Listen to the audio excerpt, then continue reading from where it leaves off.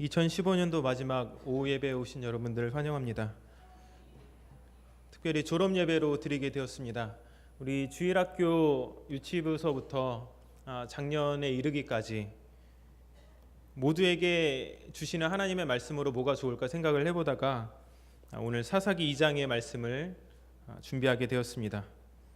믿음의 이야기를 수호하라, 믿음의 이야기를 수호하라는 제목으로 하나님 말씀 증거하도록 하겠습니다. 러시아가 낳은 세계적인 문호가 많이 있지만 그 중에서 알렉산더 솔제니친이라는 사람이 있습니다. 이 사람이 1983년도에 저술한 공산주의가 지배하는 지역의 종교라는 책이 있습니다. 거기서 그는 이렇게 이야기를 합니다. 50년 전 내가 아직 어린아이였을 때 나는 많은 사람들이 러시아에 불어닥친 대재앙에 대해 다음과 같이 말하는 것을 들은 적이 있습니다. 사람들이 하나님을 잃어버린 것이 문제다. 이것이 우리가 이런 재앙을 당하는 이유이다. 그 이후 나는 러시아 혁명의 역사를 50년 이상 연구했습니다. 수백 권의 책을 읽었고 수백 권의 개인적 체험담과 전기를 읽었습니다. 더욱이 8권이나 되는 책을 손수 써서 이 문제를 파헤쳐 보기도 했습니다. 6천만 명이나 삼켜버린 무시무시한 혁명의 주요 원인이 무엇인가를 정확히 이야기해보라고 한다면 나는 이전 어렸을 때 들었던 이야기보다 정확히 말할 수는 없을 것입니다. 사람들이 하나님을 잃어버린 것이 문제다. 이것이 우리가 이런 재앙을 당했던 이유이다.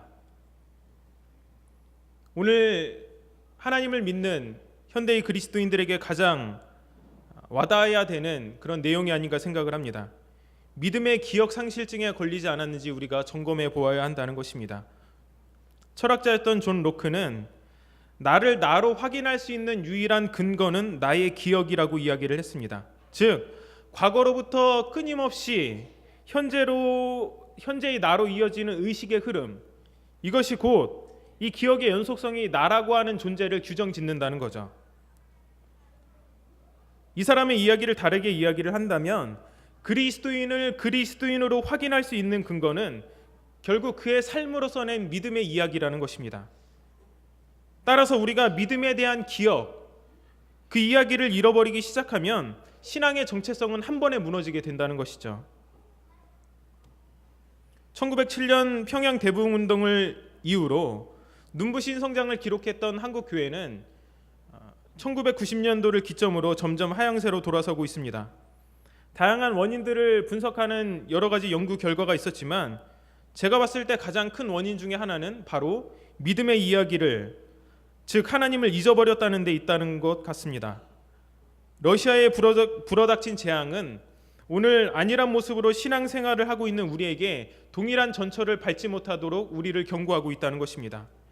여호와를 알지 못하는 세대 가운데 우리가 살아가고 있을지 모른다는 것입니다.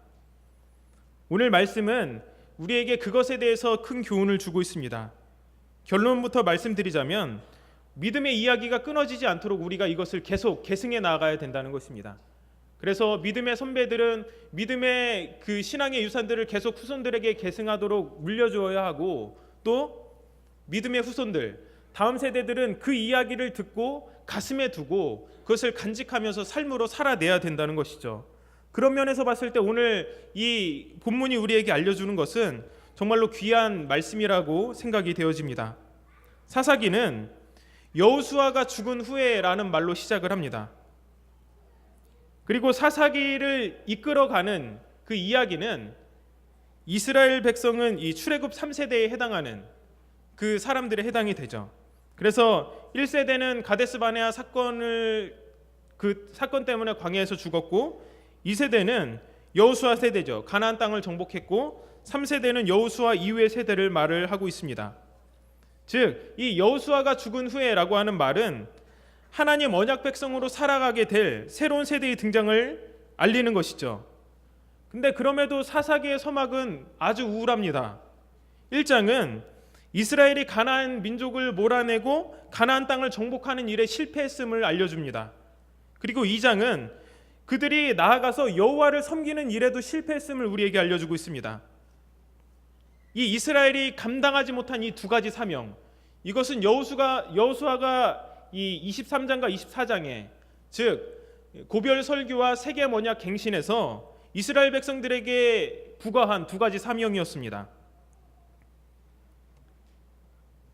여호수아가 이스라엘에게 부과한 두 가지 사명. 첫 번째는 남아있는 가나안 민족을 몰아내고 약속의 땅을 완전히 정복하라는 것이었습니다. 그래서 여호수아 23장 5절과 6절을 보면 이렇게 말씀합니다.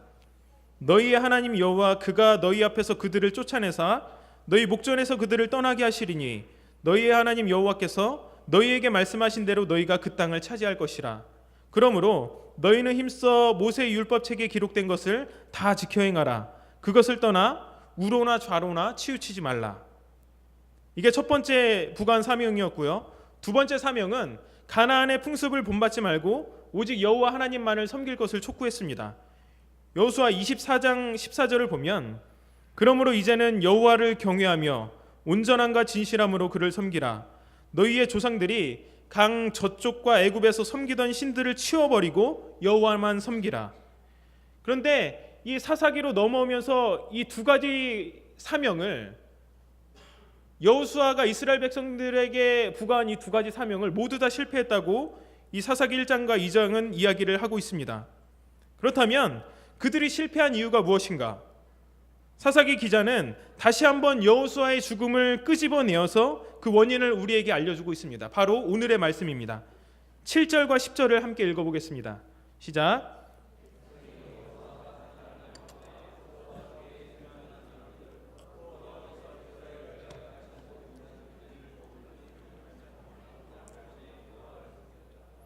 그 세대의 사람도 다 그 조상들에게 돌아갔고 그 후에 일어난 다른 세대는 여호와를 알지 못하며 여호와께서 이스라엘을 위하여 행하신 일도 알지 못하였더라. 아멘. 이 말씀은 여호수아 세대 그리고 그 이후에 일어난 사사 시대를 이어주는 아주 중요한 말씀입니다. 우리가 읽은 말씀을 표로 이렇게 구성을 해보면 이렇게 됩니다. 1세대, 2세대, 3세대가 있는데 먼저 1세대는 여호수아 세대입니다. 2세대는 그 후에 일어난 세대, 3세대는 사사시대를 이끌어가는 이 주인공들이죠. 근데 1세대들은 여호와의 큰 일을 보고 여호와를 섬겼습니다. 근데 여호수아 이후에 일어난 2세대는 여호와께서 행하신 일을 몰랐어요. 그리고 여호와를 알지 못했습니다. 3세대는 더 심해지는데 사사를 통해서 직접 그 여호와의 큰 일을 보던 것이 이제 사사를 통해서 여호와의 큰 일을 보게 되었습니다. 그리고 우상 숭배를 통해서 더욱더 그들이 악화되는 것을 볼 수 있게 된다는 것입니다. 여호수아 세대의 사람이 다 조상들에게로 돌아가고 그 후에 일어난 다른 세대들은 여호와를 알지 못했다는 것이죠. 또 여호와께서 이스라엘을 위하여 행하신 일도 알지 못했습니다. 이것이 그들이 실패했던 이유였습니다. 여기서 우리가 주의해야 할 이 말은 10절에 알다라고 하는 동사입니다. 알다. 그 세대의 사람도 다 그 조상들에게로 돌아갔고 그 이후에 일어난 다른 세대는 여호와를 알지 못하며 여호와께서 이스라엘을 위하여 행하신 일도 알지 못하였더라. 알지 못했다는 거죠. 이 성경을 볼 때 그 헬라적 사고와 히브리적 사고가 있는데 우리가 구약 성경은 히브리적 사고로 바라보죠. 헬라적 사고로 알다라는 것은 그냥 그노시스, 이 지식적인 알물 이야기를 하고 히브리적 사고에서 알다라고 하는 말은 야다라는 말인데 이건 전인격적인 알물 이야기예요. 그러니까 지식적으로 아는 것뿐만이 아니라 삶으로, 체험으로 아는 것, 머리로만 아는 것이 아니라 가슴으로도 아는 전인격적인 알물 야다라고 이야기를 합니다. 즉 여호수아 세대는 하나님을 머리로도 알았고 그분이 행하신 일도 몸소 체험했다는 것이죠. 근데 다음 세대는 거짓말처럼 하나님을 머리로도 몰랐고 그분이 행하신 일도 몰랐다는 것입니다. 그러면 어떻게 이러한 일이 일어났을까요? 오늘의 말씀에 따르면 이것을 주의 깊게 보면 믿음의 이야기가 끊어졌기 때문입니다. 이 세대는 여호와께서 행하신 일도 알지 못했습니다. 여호수아 세대는 하나님을 섬기고 위대한 하나님의 일들을 그들이 보았지만 간과한 것이 하나 있었어요. 그게 뭐냐면 다음 세대를 세우는 일이었습니다. 지도자였던 여호수아는 다음 리더를 세우지 않은 채 죽음을 맞이했습니다. 다른 사람들도 그들이 경험하고 알았던 엄청난 믿음의 유산들을 다음 세대들에게 계승하지 않은 채 죽음을 맞이했습니다. 자녀들에게 내가 듣고 느끼고 경험했던 하나님을 가르치는 데 소홀했다는 것이죠. 반면 이 구약의 족장들을 보면 그들이 철저하게 믿음의 계보를 어떻게 이어왔는지를 그대로 우리에게 보여주고 있습니다. 족장들에게 나타나서 말씀하시는 하나님의 음성을 보면 그것에 대해서 알 수 있어요. 먼저 이삭의 이야기입니다. 창세기 26장 24절을 보면 이렇게 말씀하고 있습니다. 이삭에게 하나님이 나타나신 거예요. 그 밤에 여호와께서 그에게 나타나사 이르시되 나는 내 아버지 아브라함의 하나님이니 두려워하지 말라. 내 종 아브라함을 위하여 내가 너와 함께 있어 내게 복을 주어 내 자손이 번성하게 하리라 하신지라. 나는 내 아버지 아브라함의 하나님이다. 이렇게 말씀을 하고 있죠. 또 창세기 28장 13절을 보면 야곱에게 나타나신 하나님은 이렇게 말씀합니다. 또 본즉 여호와께서 그 위에 서서 이르시되 나는 여호와니 너희 조부 아브라함의 하나님이요 이삭의 하나님이라. 내가 누워있는 땅을 내가 너와 내 자손에게 주리니. 할아버지와 아버지의 하나님이었다는 것을 야곱에게 이야기를 하고 있습니다. 즉 야곱이 그 믿음을 이어받았다는 거예요. 계속 그가 계승하고 있다는 것입니다. 출애굽기 3장 6절을 보면 모세에게 나타나신 하나님은 또 이렇게 말씀합니다. 또 이르시되 나는 내 조상의 하나님이니 아브라함의 하나님, 이삭의 하나님, 야곱의 하나님이니라. 모세가 하나님 배웠기를 두려워하여 얼굴을 가리매. 모세에게 나타났던 하나님도 너희 조상 아브라함의 하나님, 이삭의 하나님, 야곱의 하나님. 근데 이 출애굽기 1장 8절은 이 요셉을 알지 못하는 새 왕이 일어나서 애굽을 다스렸다 이렇게 말씀을 하고 있거든요. 그런데 이 세상적으로는 그러한 것이 흘러가고 있었을지 몰라도 이 믿음의 이야기에서는 신앙이 계속해서 계승되고 있었다는 것입니다. 400년이 지나도록 그들이 하나님께서 주신 언약을 그리고 그들의 조상의 하나님을 기억하고 있었다는 거예요. 믿음의 이야기가 계속해서 이어져 왔다는 것입니다. 오늘날 많은 그리스도인들이 교회의 이미지의 추락을 걱정하고 줄어드는 주일학교에 대해서 염려합니다. 근데 우리는 그 문제를 바깥에서 찾기 이전에 우리 스스로에게서 찾아봐야 합니다. 아브라함에게, 모세에게, 다윗에게, 다니엘에게, 바울에게 하셨던 하나님의 큰 일을 내가 과연 믿고 그것을 경험하는 삶을 살고 있는가? 이 질문을 던져봐야 된다는 거죠. 그 믿음의 이야기가 오늘 현실을 살고 있는 나에게 투영되고 있는가?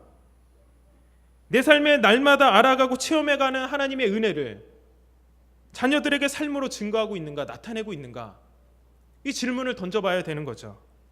어쩌면 오늘 우리가 겪고 있는 어려운 현실은 바로 믿음의 선배인 우리가 믿음의 이야기를 다음 세대들에게 계승하지 않았기 때문에 생긴 결과들일지도 모릅니다.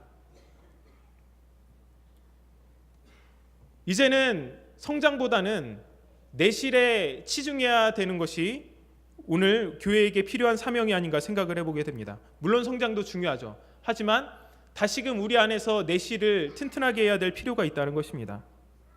제가 신대원을 다닐 때 같은 방을 쓰던 그 전도사님으로부터 놀라운 이야기를 들었습니다. 아주 충격적인 이야기였어요. 그분께서 이 총신대학교 안에 있는 총신대학교에서 사역을 했거든요. 그 들어가자마자 오른쪽에 보면 그 건물이 하나 있는데 거기 5층을 이제 사용하는 그 교회였어요. 그분이 열심히 사역을 했습니다. 그래서 친구 초청잔치도 하고 전도도 하고 이래서 아이들을 이렇게 여러 명 부흥을 시키고 많이 이렇게 데려왔어요. 근데 이렇게 아이들을 데려오면 이상한 일이 발생하는 겁니다. 학교 입구로 내려가다 보면, 입구에서 내려가다 보면 또 다른 교회가 있는데 아이들이 다 그쪽으로 가는 거예요. 그쪽 교회로. 그래서 이게 도대체 어떻게 된 일인가? 전도는 내가 있는데 왜 저쪽으로 애들이 가고 있나? 나중에 그 이유를 알게 됐는데 그 이야기가 너무 충격적이었습니다. 새로운 아이들이 오면 몇 주 동안 현금 3,000원을 주는 거예요. 그 아이들에게.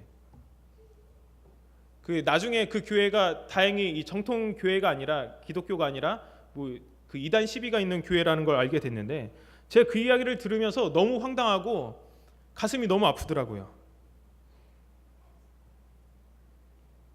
우리가 살아가는 시대 가운데 우리가 이 복음의 본질이라고 하는 것은 덮어두고 어쩌면은 이 성장 때문에 너무 무리한 일을 행하지 않는지 그것들을 생각해 보게 되었다는 것입니다. 너무 극단적이고 이 소수에게 일어나는 그러한 일들이지만 그러한 일들이 우리가 지금 숨쉬고 있는 이 시대 가운데 자행되고 있다는 것을 생각해 보니까 너무 가슴이 아팠습니다.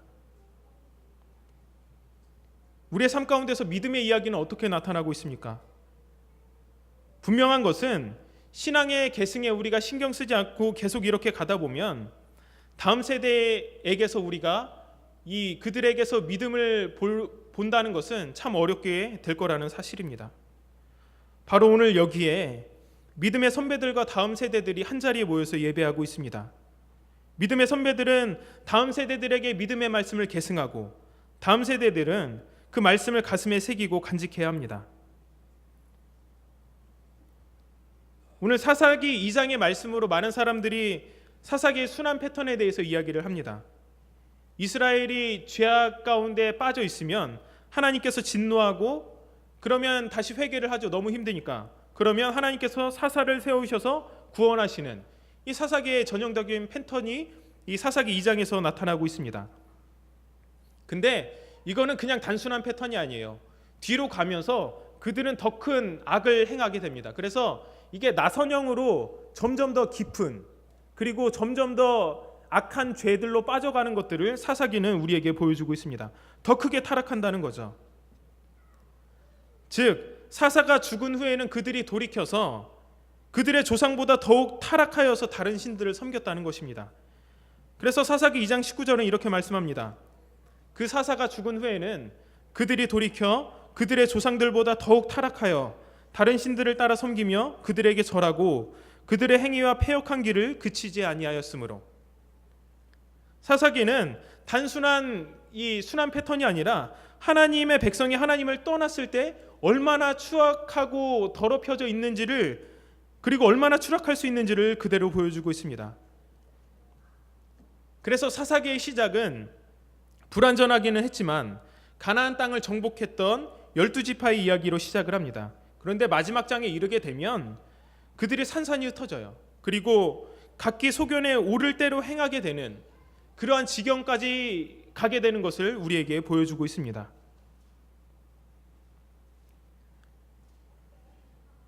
그러므로 오늘 말씀을 듣는 우리에게 필요한 것들을 몇 가지로 적용해 보자면, 먼저 우리는 가정에서, 우리가 속한 가정에서 믿음의 이야기를 수호할 수 있어야 합니다. 제가 언젠가 한 목사님의 설교를 듣는데 그분이 이런 말씀을 하셨어요. 여러 성경의 번역본이 있습니다. NIV, NASV, 그리고 킹 제임스 버전. 그러나 여러분, 제게는 MV가 있습니다. 뮤직비디오의 약자가 아니라 마더스 버전, 어머니의 버전이 있다는 거죠. 제가 그 이야기를 듣고 가슴에 너무 감동이 됐어요.